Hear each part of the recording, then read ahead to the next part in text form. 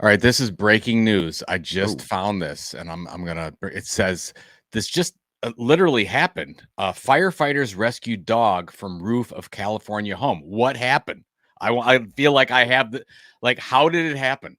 I was stuck on a roof and basically the firefighters came and got me. I mean, and I'm not sure why they thought I was a dog, but stranger things have happened. Oh, jeez. Yeah, I've told you to stop hanging out on roofs. I, you You've know, been taking the Fruit Loops again, haven't you?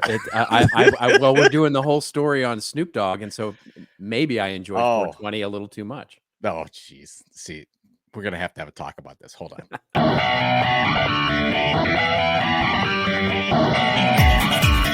Just remember, everybody has a story to tell. Tell it well. Of this old marketing. And now, for your listening pleasure, here's Pulizzi and Rose, covering the week of media, marketing, and digital content news. This old marketing. Take it away, boys.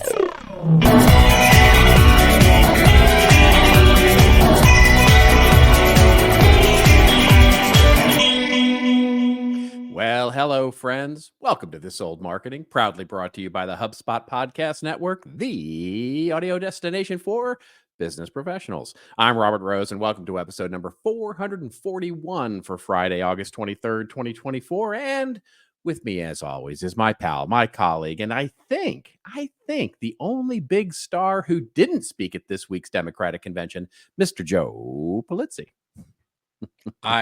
I would have done it in a heartbeat if Oh, they would yeah. have let me I do Ohio. I saw the roll call. gentleman the gentleman from Tennessee Yeah. who I've fallen in love with, the way that he did his little 45 seconds. Oh, it's Um, Saphir. What's his name? no. It's where's my notes at? Justin Pearson.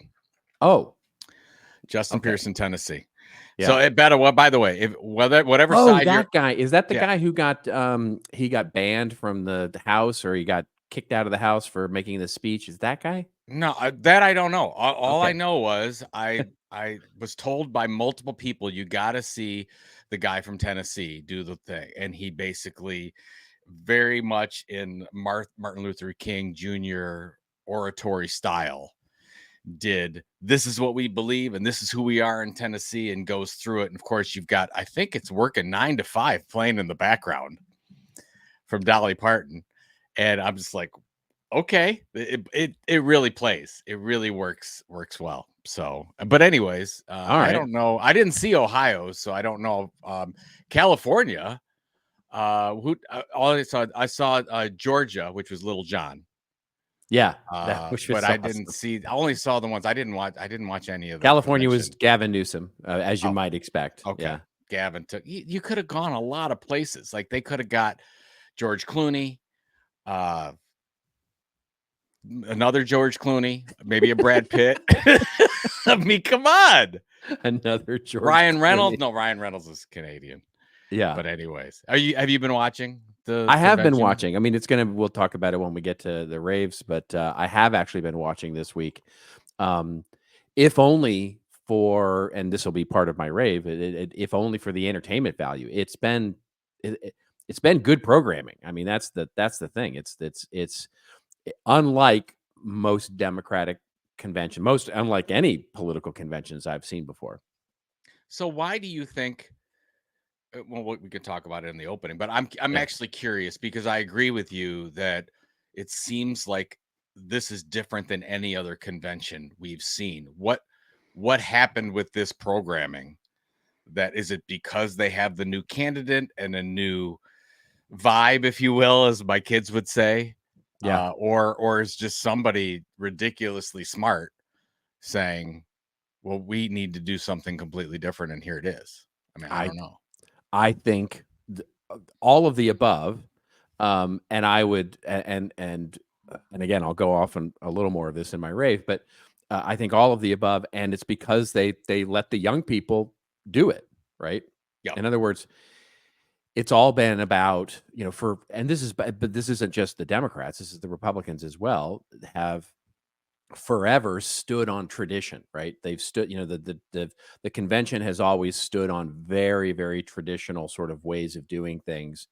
And it comes across as very, Robert's Rules of Order, and this is the way it's Yep. going to be, and there's going to be a roll call, and this is the way the states will cast their votes, and basically this is the way it will, it will go forward, and so will speak on this, and then traditionally the vice president speaks, and then it's like it's almost like the agenda was, a foregone conclusion, and it was just how shiny and glitzy you could make that traditional agenda. And because she was nominated through a vote online, and basically through all of the delegates, the roll call was really just a formality, which again, if you stood on tradition, would be just a silly thing, just boring, just like, we Well, I throw our think 330 votes behind, vice Yeah, well, president Kamala Harris. I saw a couple people doing the comparisons between the DNC and the RNC, and the RNC seemed to do it very traditionalist, as you're saying. I Yeah. mean, it was I don't want to say, it seemed somber at Right. the RNC. That's right. Which I And it guess can that's the often way that seem- it always it is. always but seems a bit somber, right? It's always Yeah. like very serious. if and- we must do this, we will absolutely talk this way, and we will, yeah, everybody exactly, right? eating talk, and it's funny when you get into an arena like that and how you stand in front of a microphone, you all of a sudden start talking like this. You have to speak. I am going to, and they just Is that Ingrid Bergman? Is that what is that? I don't know who I'm doing. I don't know All what of you're a sudden, doing. I put on the transatlantic accent for you there. Oh my God, that was Welcome, ladies and fantastic. gentlemen, and welcome to the show. This is Oh. This Old Marketing, and we are going to See talk to here? you about news Yeah, and marketing. you see, we got some delegates here.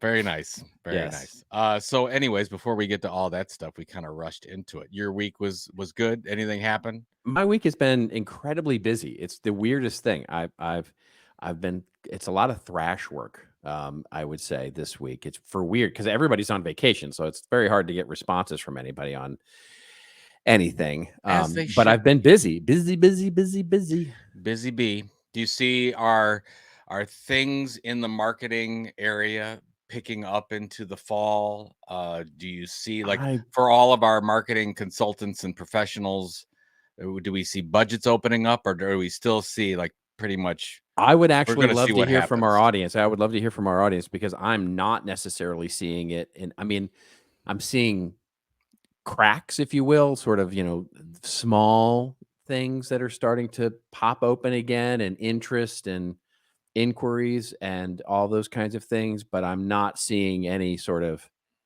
something I would call a trend yet.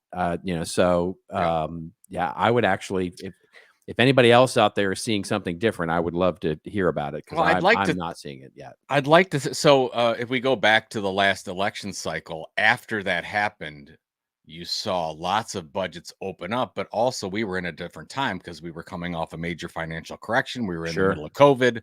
There's a lot of things that changed that because people locked things down and then opened them up in 21 and into 22, and it was like woohoo party for a little while there with the budgets, and then Yeah.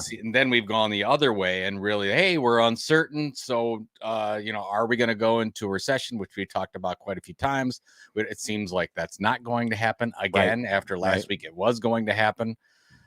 So that's why I'm curious as well. I'm wondering, as we get through the first 2 weeks of November, whether or not there's a little bit of certainty as to just what's going to happen in general, what the markets are going to do, where budgets are coming out, and then into 25, maybe we see more people saying, yeah, I'm going to spend more, or we're going to actually allocate to this budget that we promised. Sure. Yeah. Actually, yeah. And hopefully at some point, companies have put their head down long enough and worked, because I mean, one of the things that I hear a lot from my colleagues that do the same thing that I do, for example, is, it's not that there's not interest from the rank and file and the practitioners. They've just been told to put their head down and work on their stuff because we're not bringing in external help right now.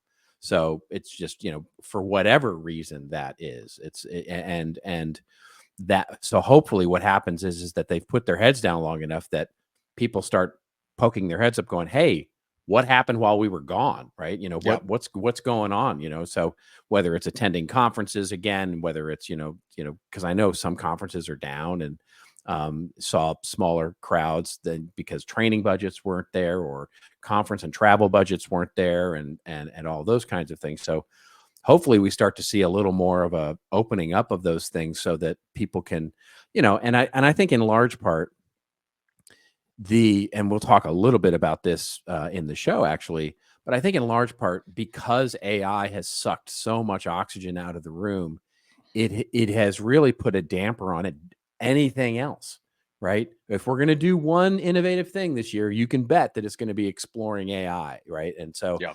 and how to make us more efficient with AI. And I was actually I was reading a LinkedIn post from Andy Crestodina, the amazing, wonderful, thoughtful, incredible Andy Crestodina.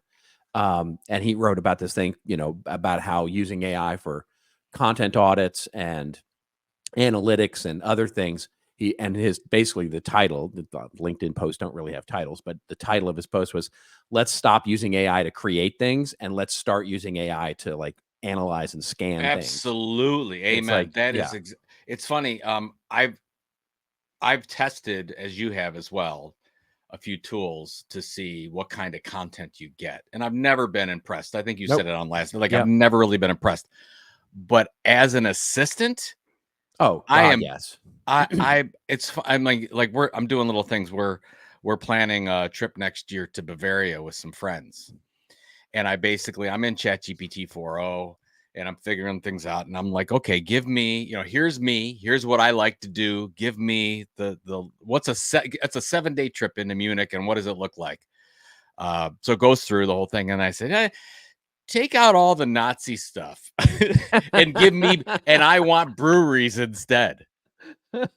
Now, I want to, awesome. now, That's it awesome. sounds really easy, right? Because, and then it comes up and I'm like amazed. I'm like, oh, look at, wow. I see what it did there, whatever. Yeah.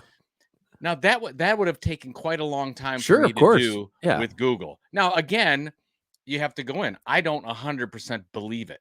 Like I want to you got to do You a gotta double check check. it. Like don't just Yep. take it right at this point. We don't know.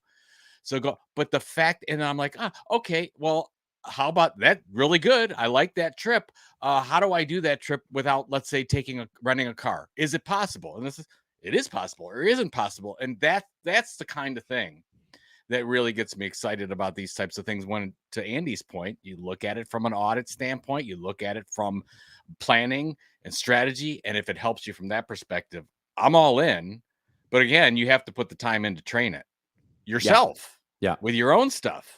You can't just go and immediately think, oh, I asked it Perplexity or Claude or whatever you're in, right? This is what no, you don't know. You don't. Yeah, you got that's right. There's a great Reddit thread that I was reading this week about it's a wonderful thread of somebody trying to convince, and I think it was Chat GPT. They were trying to convince Chat GPT that there were 3 R's in the word strawberry because it kept coming back and saying there were only 2. Basically, the original prompt was how many R's in the word strawberry, and basically the AI came back with, well, there are 2 R's in strawberry. And he was like, are you sure about that? It's like, yes, I am. And then he's like, spell it out for me.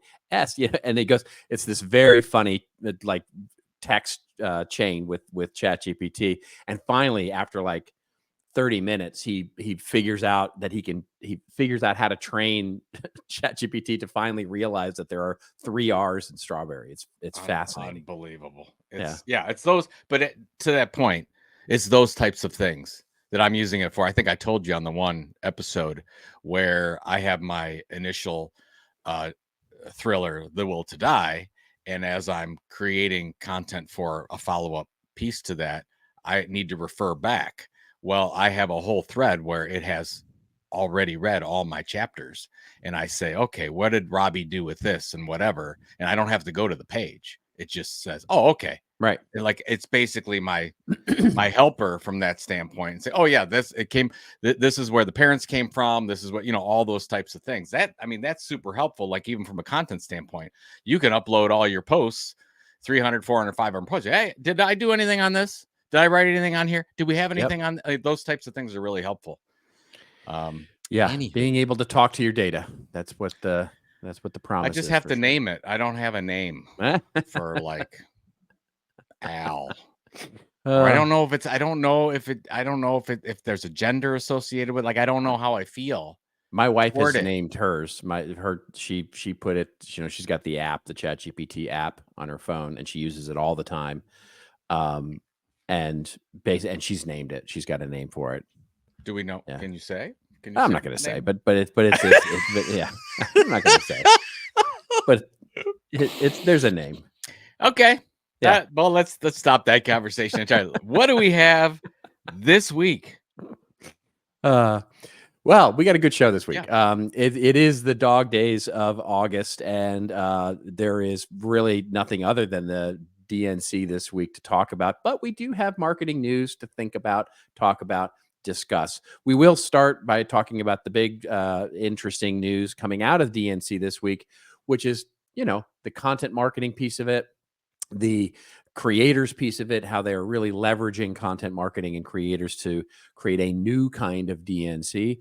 Then we'll talk about Chick-Fil-A, who has decided for some reason to launch a streaming network, which should be very interesting to discuss. Here's a quick question. Will it be available on Sundays? There you go. There you go. That is a good question. I really do want to know. Okay. You really do want to know. Yeah. I don't know. We will explore all of that in just a moment. And then we'll talk about how Procreate, the software platform, really, really, really hates AI. And a lot of news coming out this week about their CEO and what they've been talking about as it regards to their approach to AI and our approach to AI. And if we get time, we'll talk about Meta and their ad business and how it is booming with AI. And how it's really affecting their ability to close and really provide a more effective advertising platform. We'll get to winners and losers. I will talk about Snoop Dogg and his new campaign with the solo stoves. You can bet that it's a winner there, although I will talk about the fail that it was late last year. Joe will also have a winner, and he's going to talk about the Savannah Bananas, picking up from last week, what we talked about their TV deal. Then when we get to Rants and Raves, I'm going to talk again about the DNC and about what they've been doing with the young, how they've really been attracting the younger crowds and the younger, and really understand what modern programming looks like from a content perspective. And Joe is going to rave about, well, it's Deadpool, of course, and the NSYNC cover of, I guess it's, what is that? Bye, bye, bye. Bye, bye, bye. You've seen it, right? I've seen, and I haven't seen the movie yet, but I have seen. What is wrong with you? You're the only one. I know. I need to go see it. It's broken all the records. I they're waiting hear you. for you. Anyways, I'm going to talk about the opening of Deadpool and Justin Timberlake. Yeah, because any chance I can talk about Justin Timberlake, I'm going to do it. Yeah, whether you like it or not. Yeah, I guess you could say he's driving to success. Okay. All right. Yeah, okay. See what I did there? See what I did there? I did it without just, even doing it. Yeah, kind of thing. Yeah. If you have to point it out, I know. Then it's not funny. He loses the whole thing. It becomes. Does it really though? Does it really? All right. We're gonna open up with our first. That's what Tim Walz does all the when Tim Walz makes a joke. He's like, "Did you get that? Did you hear that?" It's such a dad thing. Total. Yeah, I know it's because sometimes I have to do that with the kids where I say a joke, but I don't laugh, and I'm like, "Did you know? That's a good joke." But you really want them to appreciate it. Yeah, you want them to appreciate it. Yeah, I do. Yeah. They never laugh at my jokes. All right. Big story coming out of The Verge, although very, very many of the mainstream media is, but The Verge is a really good article. And it basically says, with the DNC, Democrats finally understand that content is king. Unleashing influencers on the DNC isn't the only way the party is fighting for viral moments. Compare clips from the Democratic National Convention, which kicked off on Monday in Chicago, to the Republican National Convention in July, and they feel like different universes. At the RNC, during the roll call of votes nominating Donald Trump, states were called out to scattered applause among the number of votes. The room was mostly quiet, and it sounded more like a jury delivering bad news than it did a political party affirming its future. It's a good line. It's a good line. The DNC roll call, meanwhile, included a playlist of music for each state. Sweet Home Alabama, Not Like Us by Kendrick Lamar for his home state of California. Screaming and cheering as they announced their support for Vice President Kamala Harris. Lil Jon emerged singing Turn Down for What? So it was so awesome. Turn Down for What? He was into it too. You used to come out to Turn Down for What? That was Andrew Davis, our friend Andrew Davis's song. When he for maybe 2 years, because I remember when we did the gig in Singapore, and he came out to that, and they're all like, what is going on? And he's like, and there's no reaction in the audience, and he's dancing he's breakdancing on stage to Turn Down for What? And I'm like, this is not the greatest thing I've ever seen. I don't know what it is. Nice. Anyways. Yeah. So anyway, we'll end with this sentence because it's a great one for us to tee up our discussion. The Democrats are running with a straightforward strategy in the lead up to November: flood the zone with content. Basically, one of the DNC's averaged 20 million users across 13 networks, and it's just a huge focus on content. Additionally, which this article goes into a little bit, and we didn't actually cover last week in any sort of meaningful way, was the fact that they and the Republicans did this as well with their convention, but the Democrats have sort of embraced the content creator community. Some of them even talking about how they have as much access as the press does. So you've got these social media and content creator influencers in there doing reporting, doing their thing, making selfies from the conference floor, and really with the same access that the press has. It's a new time, right, for the ways that a national convention for a political party works. So what do you think of all this? Well, I think first we're lauding all this praise on the DNC, maybe rightfully so, but the jury's out to this point whether or not it's going to work to get Harris the presidency. So let's just, like, you look at it because we're in the middle of the convention. It's like, wow, look at all this and the content creators and everything. So I just like to temper the expectations there. We don't know what's going to happen. That said, if you go back to what it looked like in 2016, because 2020 was a little bit of a weird thing because for sure, COVID and everything, like it was just different. So I think that's an outlier. But if you go to 2024 and say how content creators are treated differently, and how, in this case, the DNC is looking specifically at what content creators, not journalists, are creating, what's trending, what goes viral, what do they already share, like all those types of things are going into, okay, how do we create content? In a lot of cases, what we talked about with the roll call, how do we create moments that are memorable so that people will want to share them? And so when you look at a 3-hour time period and you're saying we need more moments, that these creators they're there. We've got hundreds and hundreds of them, if not thousands of them, in the audience with full access. How do we create things for them to want to share? That's a different thing that hasn't been done before. Right. And so, and we're treating it like, oh yeah, of course. It's not, of course. This is a huge 180 from what happened 8 years ago. And if you look at side by side with what I've read, what happened at the RNC, and what I read, what happened because I haven't been watching much of the conventions. The next day I read about I read the different news outlets. It seems like the DNC have embraced it a little bit more than the RNC about really creating. And by the way, even though both sides were way over time, it seems like the DNC is really trying to keep things moving. So there's always content going on, even if the traditional media wants to pull away and do an analysis. They've got somebody on stage talking about something, and shorter, even though some are still too long. Like even like Bill Clinton's yesterday, as we record this, probably went on a little bit too long. Shorter, snappier speeches. And when you have the vice president up there, or the potential vice president going and doing a 15-minute speech, I think that says a lot about, hey, we're not going on for 30 or 40. I'm really interested, and I want to get your take on this and how important it is how long Kamala Harris speaks for. Right. Versus, I think that Donald Trump did the longest speech in history. Is one of the, if not the, one, yeah, and is yeah. 1-2. Both Yeah. years has been 1-2. So it'll be interesting to see how do we pack this time. So they're setting it up for these memorable moments, and it's Yeah. just interesting to see. You know, so here's what I'll say to that, which is I agree with all of it, and there actually is a lesson for us here as marketers, as content creators, which is especially those of us who've been doing this for some time.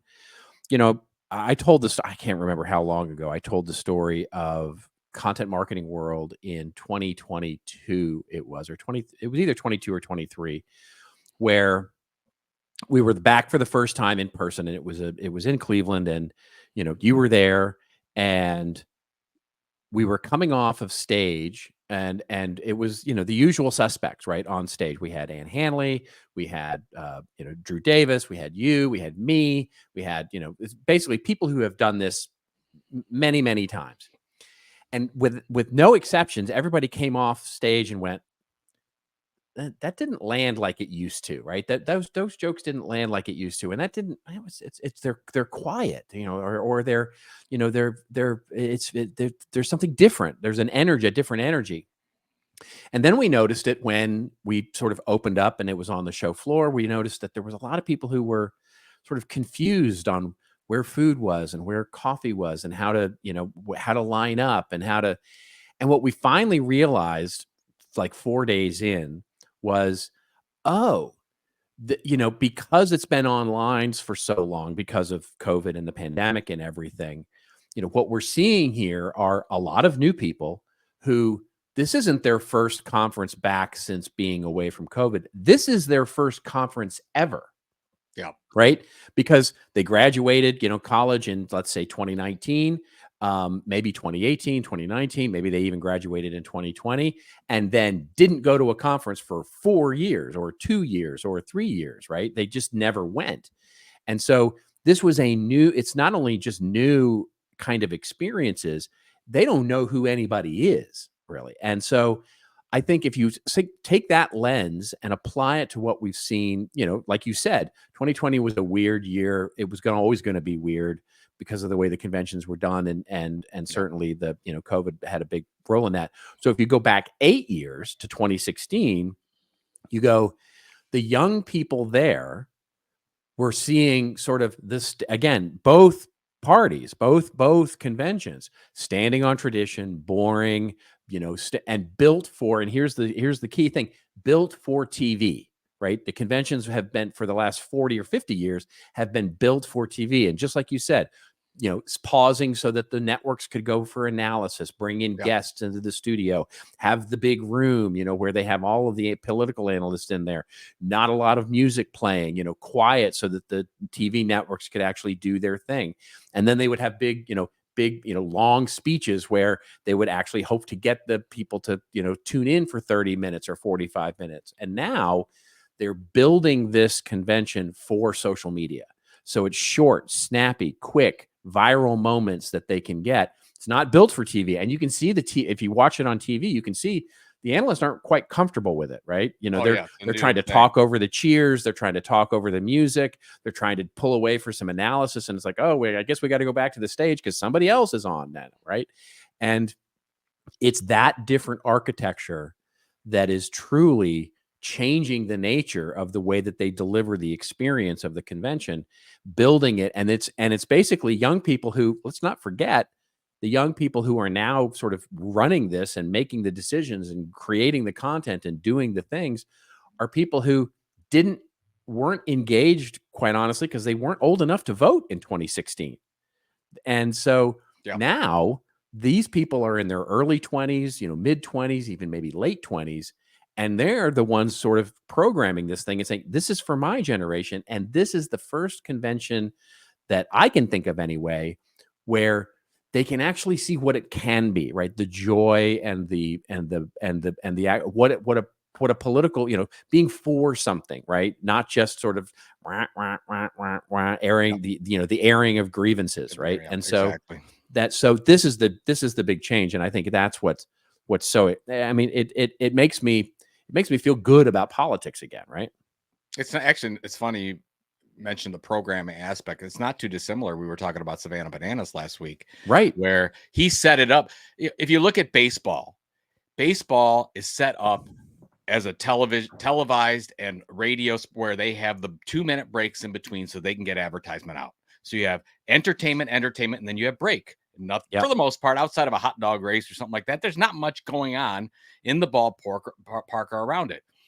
Well, Jesse Cole for the Savannah Bananas said, no, the game, as soon as people enter the stadium, entertainment is going on and it never stops the entire time.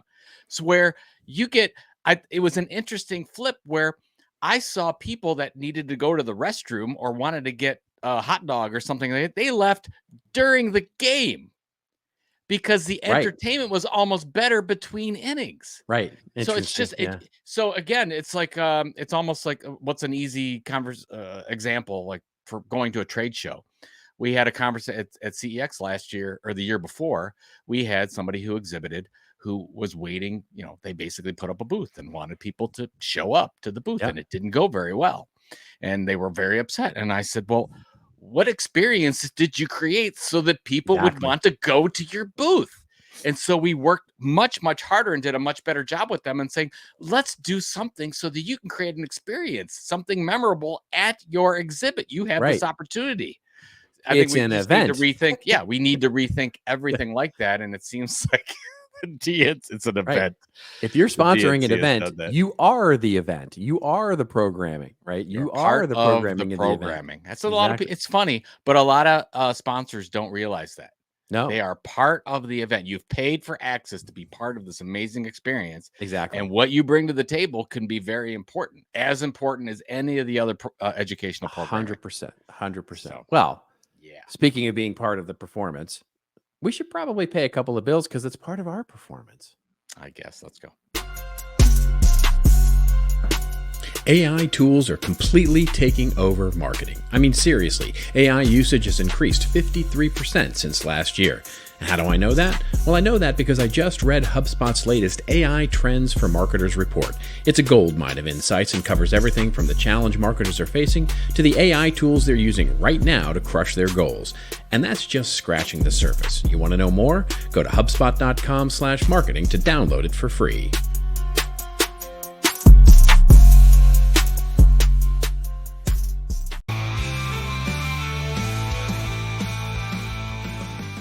Are you looking for a new podcast that makes marketing simple? Well, why not make it simple and follow Marketing Made Simple, hosted by Dr. J.J. Peterson and brought to you by the HubSpot Podcast Network.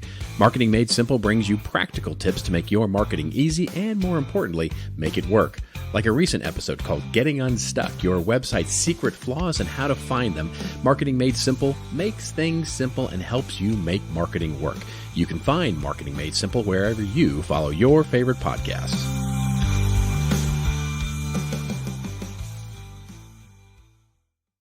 Remember to bring my lighter next time so I can put that up there with that incredible original, not original music that you created. Take it in for that ad.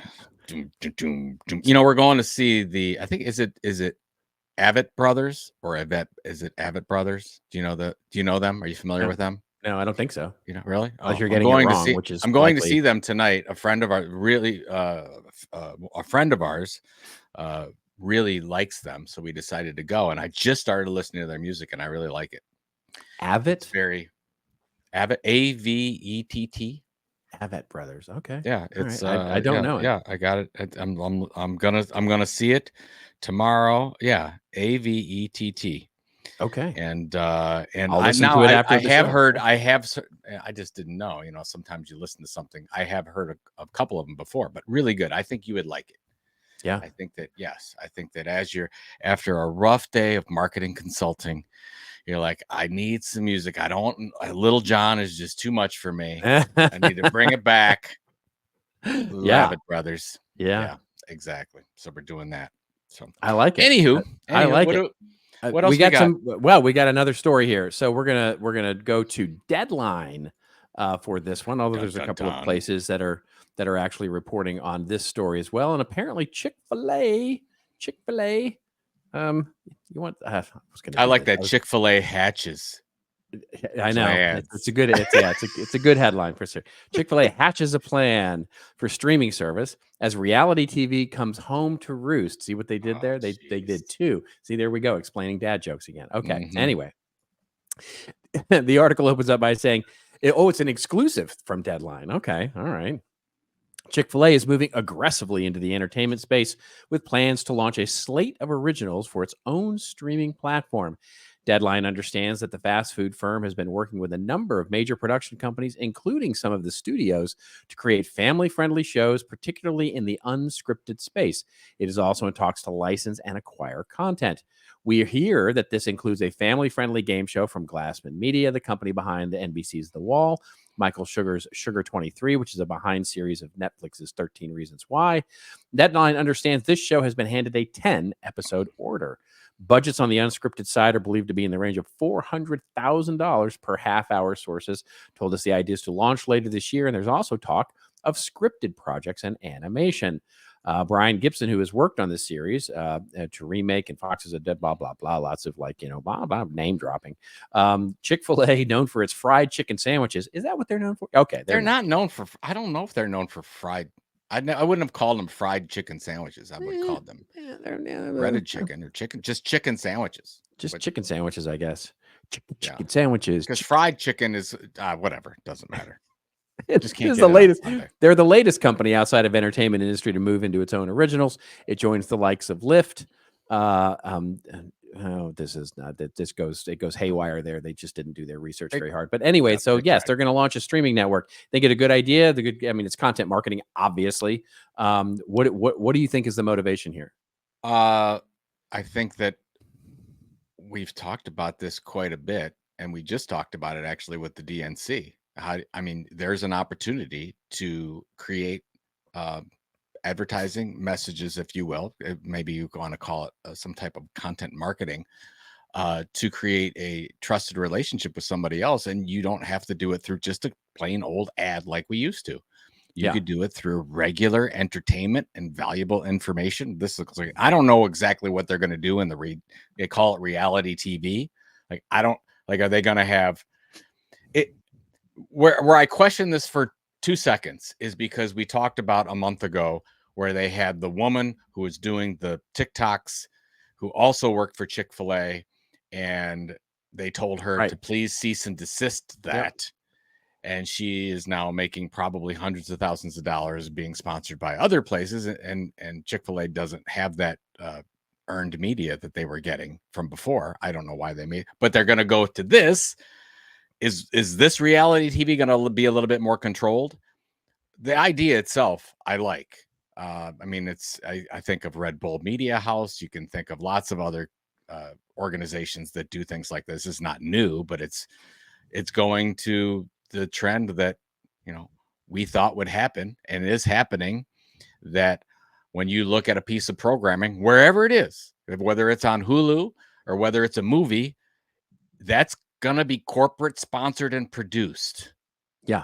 And it's just happening more and more. And this, if 10 years ago, we'd have been like, oh my God, this is an example of content. But now we're like, yeah, okay. Chick-fil-A is joining the roost, as they put it. And this is more and more. Corporations have the budget to do these things. They also now have the distribution. They have the access to creators to do this. It's opening up where the traditional programming that we knew in the past is gone, and there's this new thing, and Chick-fil-A is riding on board. I don't know. What do you think? I think it's an interesting thing because we are now at a point, and it would be interesting. I actually really would like to go do the data and show this in a data way, but here's my hunch. The cost of doing a 30-second spot, right? So your traditional television 30-second spot has come way down, but still very expensive, right? Okay. And because the expense is in setting up everything, right? Getting everything set up and then shooting for it. So in other words, it wouldn't cost you twice as much to do a 1-minute spot or a 2-minute spot or a 5-minute spot. It doesn't exponentially rise in costs like that, right? So when you look at the cost of doing 30-second ads for television, and then you look at the cost of media placing that media on broadcast television, cable television, et cetera, for distribution. If you look at the calculus and you go, for incrementally more or maybe even less, we could, instead of a 30-second spot, we could make a 30-minute reality television show, a game show, or, some sort of reality TV. And then for the same amount or less, we could actually get distribution of that in front of an audience. Well, suddenly the math just starts to really work. The economics work now, is yeah, what you're saying. Yeah. The economics really, really work here. I'm curious as to their plan for distribution, right? Because putting this, maybe they'll go online only and they'll license some of this content to other distributors like a Netflix or Spotify or, somebody like that, or YouTube, Google, they could license it there and sort of say, for distribution and promotion, for filling your own content well with new stuff, here's a family-friendly programming thing. Or they could actually try and build that business. I don't see the logic in trying to build that business, the distribution streaming network business. It's just a hard, costly business, as Disney is discovering and Netflix has discovered and everybody else has discovered. And so I would go where the audience already is and just license out, for very little money, because the point is to actually have the exposure to the content, not necessarily make revenue off of it. That's where the economics really start to work. So it's almost like instead of a 30-second ad, you're getting a 3-minute ad sponsored by Chick-Fil-A. So I think the math probably works out very, very well here. My only question mark is, where are they going to end up on the distribution side? And maybe that's the reason they're sort of at the very end of the article basically says Chick-fil-A has declined to comment, on anything. It makes sense, right? If they could make and produce all this content and then decide how they want to get it distributed. Well, yeah, but if you look at Netflix, Max, Hulu, Disney, they need a regular feed of content, and they're spending billions of dollars on that. And if you have, let's say Chick-fil-A, hopefully it's not just a shill. What if it's a really good show? Yeah, just that's happens right. to take place in a Chick-fil-A or somebody that works there or whatever, right? You're not pitching the product. It's really interesting. You're solving a lot of problems for the Netflixes of the world.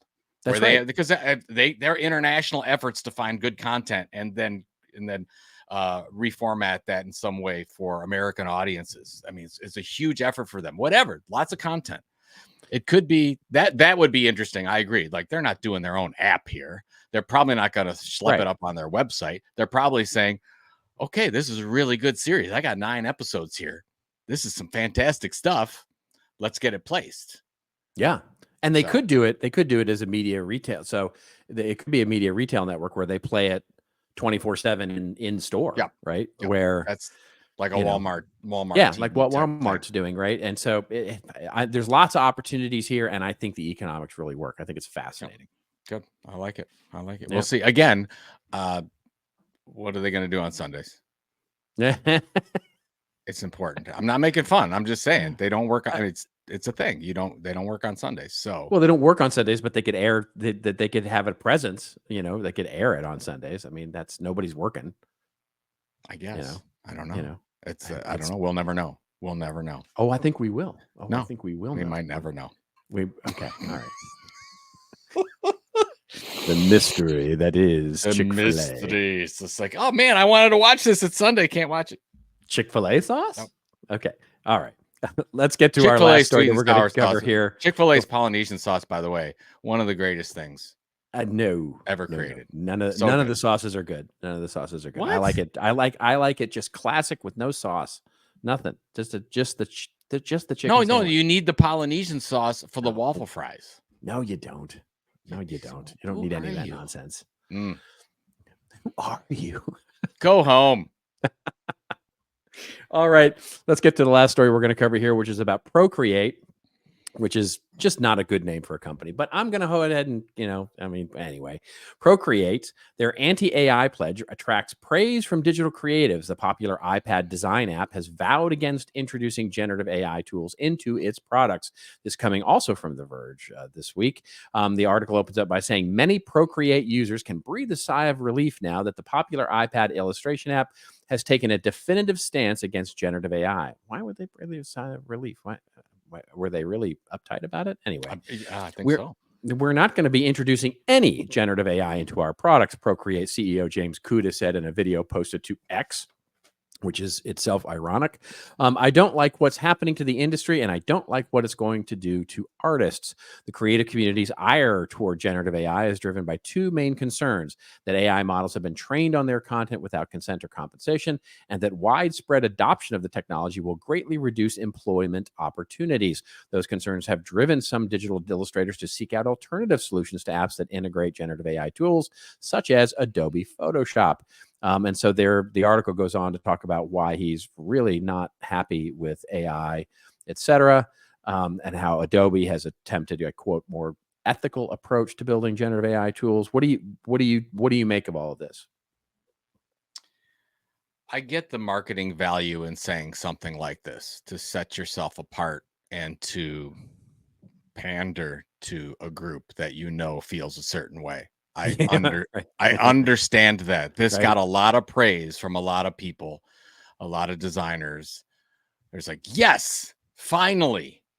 But I think that this is putting the cart before the horse. If you don't know, you can't say this right now, knowing that we are just at the beginning of this and we don't know where it's going to go. Like, if I have a prediction, I think in 2 years, maybe less, the Procreate CEO is coming back and say, oops, I realized that in order to stay competitive, in order to do this, in order to do that, or we realized or whatever, we're going to have to start integrating certain things into these packages. Yeah. I guarantee it's going to He happen. doesn't even need to say oops. He does. I mean, I don't even think he has to say oops. This is genius PR and corporate communications. This is just, he's taking advantage of the zeitgeist right now, the pushback from creatives on generative AI. And it's basically. Do you think it's a good move? Oh, it's a totally good move from a PR perspective. marketing standpoint. Yeah. I mean, especially, and obviously I have no inside information here, especially if his developers came back and went, we really don't know what we would add that would be interesting or new from an AI perspective into our app, without like destroying the user interface or, and he's like, we're just not ready yet. It's like, okay, great. We're going to come out with it. Basically, we're going to lean into that, right? We're going to lean into, we're not coming out with any AI features, and we're going to lean into the zeitgeist of creatives being quite upset with AI and the whole thing. And he could ride that wave as long as it needs to ride. And then if suddenly the temperature changes, in other words, people start to really enjoy it or it becomes a thing, I guarantee you, whether or not they release something, they will have it or have it already in their back pocket ready to release. I 100%, I would bet money on that they've got it. They're just not going to release it unless, so they're totally using this right now. So I think it's a brilliant marketing and PR move. And it worked. I see people talking about it. It's like, yay, Procreate. You're on our side. That's right. So that's right. And then I don't know what they're going to say in 2 years when they do integrate all that. And it's like, what happened? Yeah. You said. Right. Well, but they wouldn't do it if the temperature doesn't change. If the temperature changes and all of a sudden their users start asking for it, or it becomes popular, or the whole idea of it changes because of either some development or because sort of it starts to come out that it's inevitable, or there's so many different ways that the tide could change here. They're perfectly set up for it. They either can come out and go, hey, listen, we're now listening to our consumers and they want it. So we said we were going to come out, but our customers, they want it now, or it's inevitable. And in order for us to keep up, we have to add it, So they're sort of safe either way. And I think it's a really good move by them to take advantage of, sort of the current, reading the room. Il tempo era fantastico. I mean, the weather was fantastic. That's what that means. Yeah, thank you. Spanish lesson today brought to you by Joe Pulizzi. Italiano. Come on. All right, let's get to our winners and losers here. And where Joe and I pick a winner or a loser from the last week in marketing. Would you like to go first, or shall I go first? I'll pull this up on the screen so people can see it.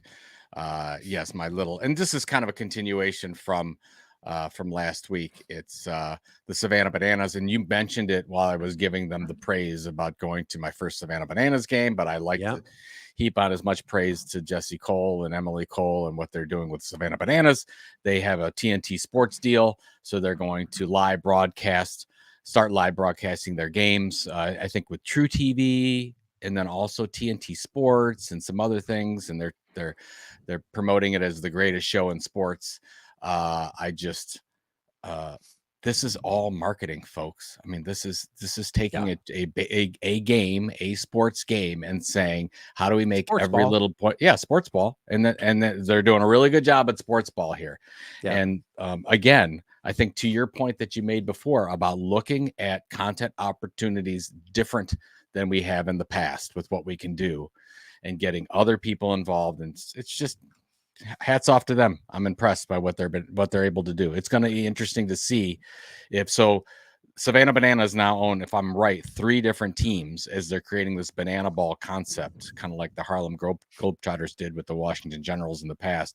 I don't know how many teams they're going to create, whether it's going to be 4 or 8, but you could have your own baseball league that this is what they do. It's a different type of sports. It's now getting national coverage.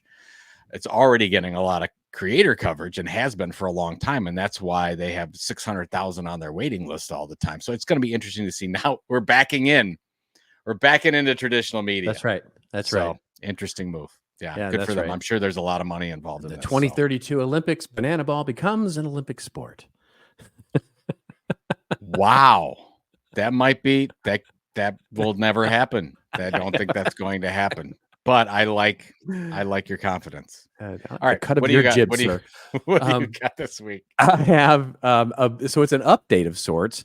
On this show and in other places, I ranted in January about a campaign done by Solo Stoves, and they had basically pulled in Snoop Dogg to do. He put out this viral tweet that basically said, "Hey, I'm giving up smoke." And the world went, "Oh my gosh, Snoop's giving up smoke."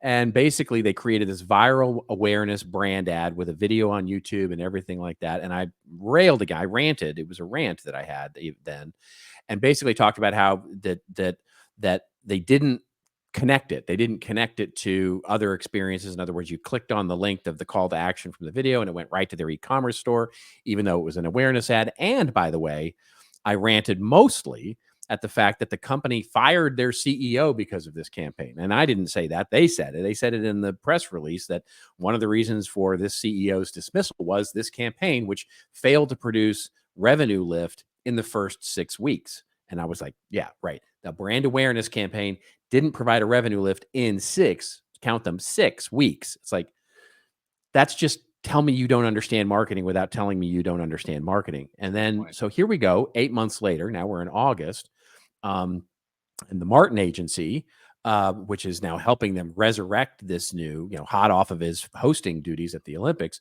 Now Snoop Dogg has a new campaign. I guess Martin Agency got their bill paid. So yay. So they're back and they're going to do this thing.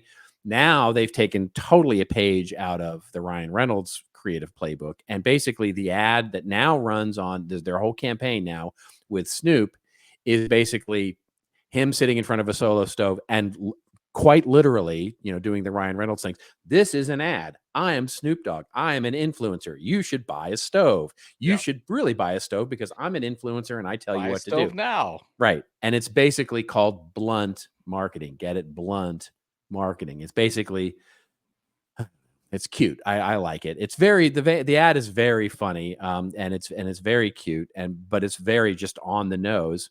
But the most important thing is, and the reason it's my winner this week is because when you go to the actual video, the call to action now, when you click the link, you actually go to a themed part of their website, which has got the Snoop video. It's got a special edition Snoop stove ready to go. You can look at the stoves. You can subscribe to their email newsletter. It's a first pop-up that comes up. There's an email newsletter. So they're building an audience with it. It's the right kind of connected experience. And that's the real lesson here when you look at it. Now, hindsight being 2020, would it have been awesome to connect those two things originally, have this amazing awareness that builds your audience, and then ultimately come out with Blunt Marketing as a series where you could, I mean, yes, it would have been an amazing connected campaign. Yes. And I wonder if it was originally pitched that way. But that's my only question mark about this whole thing is, yeah, it would have been better as a sort of, wonderfully integrated year-long campaign. Sure. But, kudos to them and a big winner for them for doing it now. Yeah, you almost think that the original thing worked great. There was nothing. It worked fantastic. And then you just and then 2 weeks or 3 weeks later, you roll this. Exactly. And you're like, exactly. boom, nobody gets fired. Right. Because that's the way it's supposed to be. That's the way it's supposed to be. You geez. do the creative, you do the big awareness, get the viral, because this is not going to go viral because Snoop's not announcing something funny or sort of clever with the whole I'm quitting smoking kind of thing. So there's nothing really, it is very much a straight up ad. Yeah. So it's going to resonate, I think. It may move product, hopefully, but it's not going to go viral like the other one did. So you use that viral moment to build your awareness to get sort of pierce the noise of everything, but then you got to do something with it. And this would have been a great thing to do with it. Well, even on, I'm looking at the Solo Stove site on YouTube, 340,000 views in 2 days. Yeah. Just on YouTube. It's not bad. I No, know it's they've got great. some media behind this too, but that is not Yeah. bad at all. Yeah, no, it's great. So It's I'm sure they're good selling stuff. more than a couple solo stoves. I like those. I Yeah. got to tell you, those little teeny solo stoves are Yeah, they look cool. I'm Yeah, a they look fan. cool. I'm Yeah. a fan. I But don't just know. to compare, so 347,000 views, right? The original, the viral one that went to Snoop, 18 million. Yeah. So that's the difference, right? So it's yeah. You had your chance. You had your chance. Yeah. You could have been so much You more solo You could have been a stove. contender. You could have been a contender. I just watched that movie again, On the Waterfront. It's such a great movie. You are old, man. Yeah. What? Well, for you kids out there, Are On the you- Waterfront, it's just it's an amazing movie. Marlon Brando. You think Marlon Brando's a weirdo who's just sort of totally a weirdo actor, but go back and watch On the Waterfront. It's incredible. His All right, performance. I will do. Is that in black and white? It is. Sorry. Okay, Yeah. that's okay. Sorry. No. When, There's no. when TNT colorizes it, I'll watch it. Yeah. There you go. All right, let's get to our rants and raves where Joe and I go off on a little bit of a rant or a little bit of a rave over something.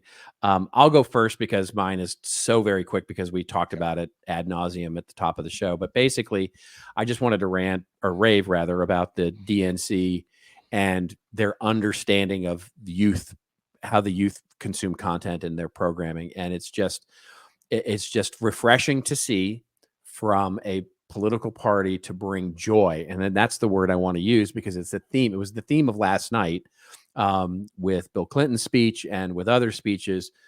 And it's been a theme in some of their rallies, which is bringing joy back to the politics, right? We've been so inundated with sort of cranky, like I said, the airing of grievances, of politics, that I think it really turned a lot of young people off of politics full stop, because it's just like, yes, it's old people yelling at clouds, right? And so why would I even want to get involved with that? It's not about me. And they've transformed it into, there is hope, there is joy in what we're talking about here. And, to the signs that are USA, compared with the signs at the Republican conference, which were, mass deportations start tomorrow, so the difference in joy and positivity and hope is such a wonderful place to be, from a marketing, from a storytelling, from a content perspective. Just hats off for them for understanding that and getting young people engaged again. I think that's it's a huge rave for me. Well, you mentioned this before, and we talked about it a little bit before we began this episode. People want something to be for. Yeah. They want to be for something. People don't naturally want to be against. You got to get rid of this. You got to be, this is the person to blame. This is the thing. It's a lot, to your point, a lot of negativity. I can understand why my kids didn't want to have anything to do with politics. But if you get in there and say, no, there's some really good, amazing things that we can do together. And it changes the conversation, right? Because look, there are things that I have heard from a policy perspective from the the Harris Walz campaign that I'm not fully agreed with, right? I don't Yeah. fully agree with some of their economic policies, and I don't fully agree with some of their foreign policy takes.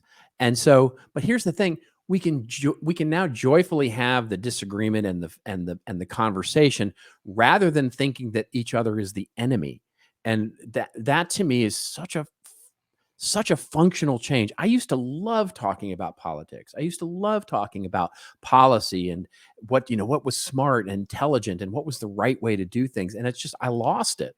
I lost it because Yeah, me you too. have a conversation with your family now or somebody that disagrees with you. And it's like, it's just icky. It's just, you just feel icky afterwards. And I don't want to feel icky. And I could totally identify with young people who are like, I don't want to feel icky. I'm just, whatever the old people are going to do and yell at clouds, I don't want to be a part of that. Bringing them back into the tent and making the conversation positive again, to me, is such a huge thing. Yeah, like if you don't like Tim Walz's policies, that's fine. Let's talk Right. about that. But don't say, oh, something's wrong with that guy. Something's Right. wrong with her. Why is it all the first thing we have to do is personal? Let's not. I like that. I wish we could do that more often. I think we can. We can have some good discussions. And speaking of amazing and wonderful people, I'm going to throw this up here as well so you could see it. You don't know this, but you've seen it happen. The opening bit at for the Deadpool and Wolverine movie is Ryan Reynolds in Deadpool, but it wasn't Ryan Reynolds. It was somebody else. I think it was a creator actually that did the NSYNC dance in the beginning as Deadpool is killing many people. And that's sort of a trend in Deadpool movies. The opening is set to music. And this time it's Bye Bye Bye. And so NSYNC licensed their music to this thing, and I don't know, so whatever. And I've read reports that it was anywhere from 250,000 to 500,000, or unless Ryan just called Justin Timberlake and asked, which probably said yes. It probably didn't cost him anything, but because of this and because of this integration and all the sharing from creators that we talked about, NSYNC is rising up the charts. I think it's top 25 now or something on the top 100 Billboard. Again, this is a former number one, happened in 2000. So 24 years later, it's happening again. Because of this, it's reignited the talk of an NSYNC tour. And they're getting, of course, the residuals from the streaming. I think it's been 7 million plus plays on Spotify and another 9 million of the video on YouTube. So lots of revenue opportunities for NSYNC. But the reason why I wanted to bring this up for us in content marketing and content creators, we always think, and maybe rightfully so, that we want to create a piece of content and put it on our own platforms. But there are so many organizations out there that are trying to track the same kind of audience that you want to, that don't have the content that you have. And is there an opportunity for you to license or syndicate or whatever you want to call it, your content to that platform that can ultimately come back to you in some other way? Yep. And I think that's like, we did that for years, right? With our documentary, The Story of Content, about content, we licensed it out to lots of different people. We said, please share. We did that for years with our reports. Hey, we've got this report. Please share it. Here's the ungated version. Go ahead. Like, those types of things and opportunities are available to every creator and every media company out there. And I just think that we don't think about that enough. And that's what it got me thinking of with this opportunity is, wow, look at all this blessing that's happened for NSYNC and all the positiveness. I think that we should think about that more often as part of our overall marketing strategy. And I wish we would. So there you go. Great. That's good stuff. I really, really like that. Kate Bush did, right? I mean, it was Kate Bush. It's exactly the same thing that happened with Stranger Things. Yep. You got it. There's such an opportunity there. And I don't see a lot of content marketing teams thinking about that. Like, I just had this creating all this stuff. I just had this conversation with on a podcast that I was on. They were asking me, I wrote this piece, I don't know, 4 years ago about classic versus evergreen, classic content versus evergreen content. And the difference being classic content is that which once you read it again or relive it again or experience it again, feels familiar, but also you find the new in. And that's not my definition. That came from a classic author, 100 years ago. And I thought it was a really interesting way of looking at classic versus evergreen. When you start to design a piece of content, if you're a marketer, thinking about it, how do I design something that will stand the test of time, that will ultimately stand the test of time and be as relevant in 20 years as it is today? Yeah. Good stuff. There you go. Good stuff. There you go. So our next episode is the football episode. So, gird your loins for those of you who are very excited about this. So you'll either get a week off or you'll have to put up with us for 45 minutes as we talk about football. So, it should be a fun one. It's got to be good. Nobody has been asking for this for 10 years. That's right. So exactly. You who did never ask for it, you're definitely going to get it. That's right. There you go. That is right. So there you go. We will of course see you again next week. And when we see you again, we will be, regaled in our wonderful football NFL episode, trying it out, seeing if it works, seeing if it doesn't work. It probably won't, but we don't care. But until we see you again next week, just remember, everybody, it's your story to tell. Tell it well. We'll see you next week on This Old NFL. Hey, thanks a lot for making it this far in this week's episode, and thank you all for being a part of This Old Marketing. You can check out all the show notes of what we talked about today at thisoldmarketing.com, and it's also where you can leave us a review or a voicemail. We need those reviews and comments on whichever platform you follow us on. And if you haven't followed the podcast, please go do that and make sure you catch the latest and greatest episodes every Friday morning. We're on Apple and Spotify and all your other favorite podcatchers, of course, but we'd love it if you went over and subscribed to us on YouTube. That's right, YouTube. youtube.com/@thisoldmarketing. We'll see you again next week, folks, with another episode of This Old Marketing.